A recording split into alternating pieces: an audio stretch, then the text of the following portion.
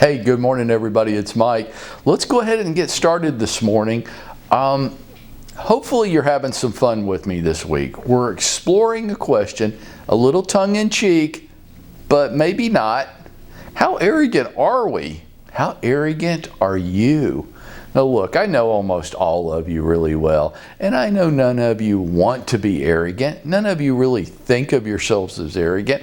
I don't usually think of you as arrogant, but there are times in our lives when I just say, my gosh, how arrogant can we be? And I want to give you specific examples of that this week. I want you to check yourself and ask yourself, is that me? Am I actually being that arrogant? Because that arrogance that's embedded inside of us, when it gets displayed, it disconnects people from us. It pushes people away from us. And I know that's what not any of us want, right? So we kind of started it off yesterday talking about emotional turmoil. All the things going on in the world right now, right? And what is our strategy? Individually, what's your strategy for dealing with the emotional turmoil, the anger, the sadness, the despair that's caused by world events these days? What's your strategy for dealing with that? Oh, you don't have a strategy. Oh, well then I guess I have to ask, how arrogant can you be? Well, you think you're so special that you'll just naturally deal with emotional despair, emotional turmoil appropriately, effectively, productively, and efficiently because you're you? You'll just handle it right? You don't need a strategy to deal with it? How arrogant can you be? We talked about different ways yesterday of dealing with emotional turmoil, having a strategy so that we can respond, because I'm not really that special where I can have all this outside pressure on me and it doesn't impact me. I just overcome everything. My gosh, how arrogant can I be? Today I want to kind of point out a couple more areas, and we'll finish it up tomorrow on Thursday with this, and hopefully we'll have a little fun with it. Don't take it as a personal attack, but do check yourself at the door. Is my ego running me? And is it pushing people away from me instead of drawing them closer? Let's look inside our real estate business. Do you have a fear of the phone? Do you have a fear of prospecting? Now maybe FSBOs and expireds aren't your thing. I'm not saying it has to be. Maybe geographic farming and just sold, just listed calls aren't your thing. Are you keeping in touch with all your past clients? Are you having conversations with everyone within your sphere of influence? Are you reaching out to a certain amount of for sale by owners each day? Are you reaching out to a certain number of expired listings each day just to see if you can help them? Oh, you're not. Oh, I wonder why. Could it be that little ego inside of us? That fear of prospecting? That my ego is so sensitive, God forbid anybody should not want to talk to me today. To act contemptuous or dismissive of me, my ego can't handle that. So I ain't picking up that phone. Why? Somebody might be mean to me. Well, so what, snowflake? What makes you so well, my ego can't handle that, Mike. I just need people to stroke me and be nice to me and be super appreciative of my help because my ego needs that.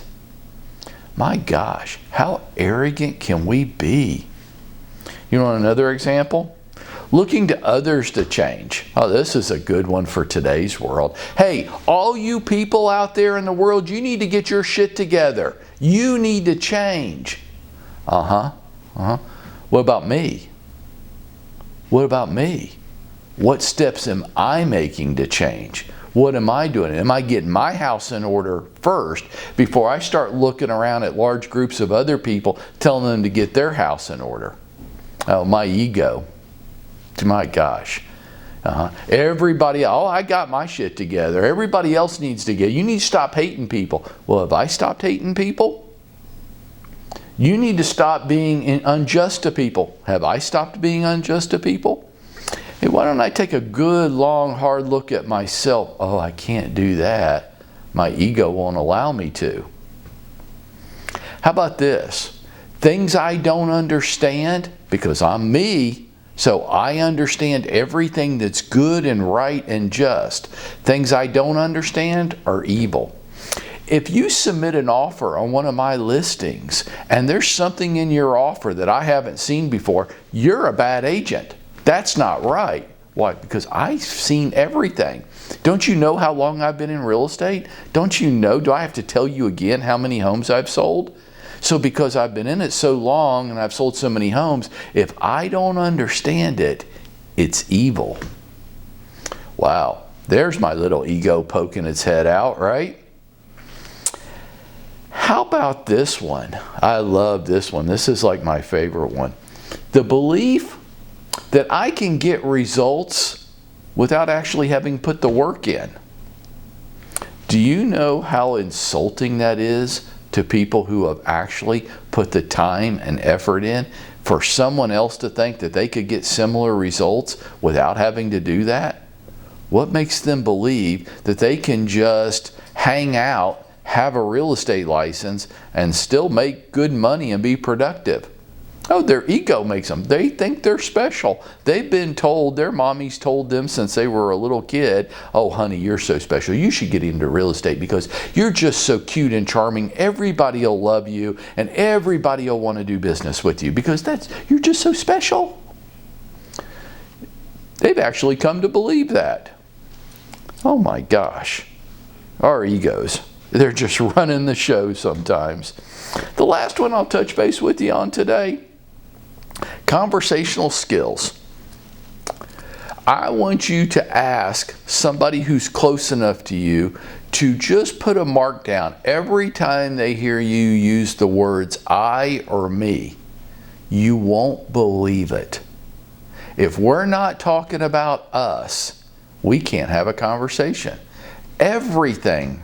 You just get back from vacation. You just got back from a week at the beach. I say, hey, great, how was your week at the beach? And you go, it was great. We ran into some great weather. I say, I know, and I've been there too. And now I need to tell you about my vacation.